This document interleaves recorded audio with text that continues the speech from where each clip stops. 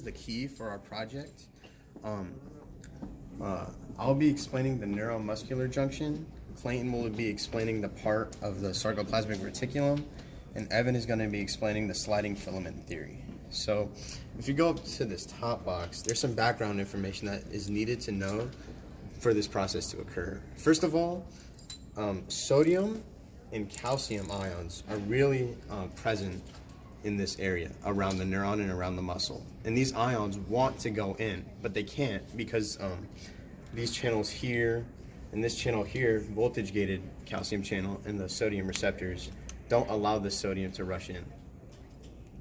But when an action potential comes down, this voltage gated channel here for calcium opens and calcium floods in.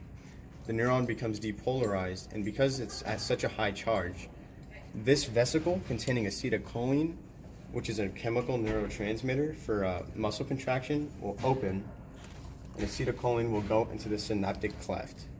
This acetylcholine then binds to these sodium receptors, which are closed, and when they attach, these receptors open, allowing for sodium to flood in through the T-tubule.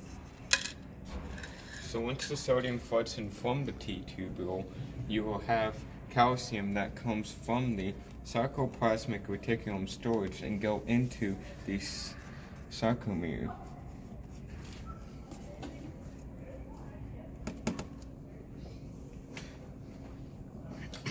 When the calcium comes into the sarcomere, it attaches to the actin, which has binding sites that are closed.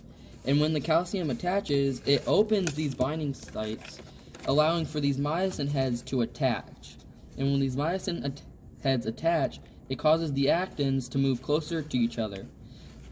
But the myosin heads can't detach from these binding sites without ATP. When ATP comes in, it breaks apart into an ADP and a phosphate. This energy is what causes the myosin heads to detach and be able to attach to a different bonding site.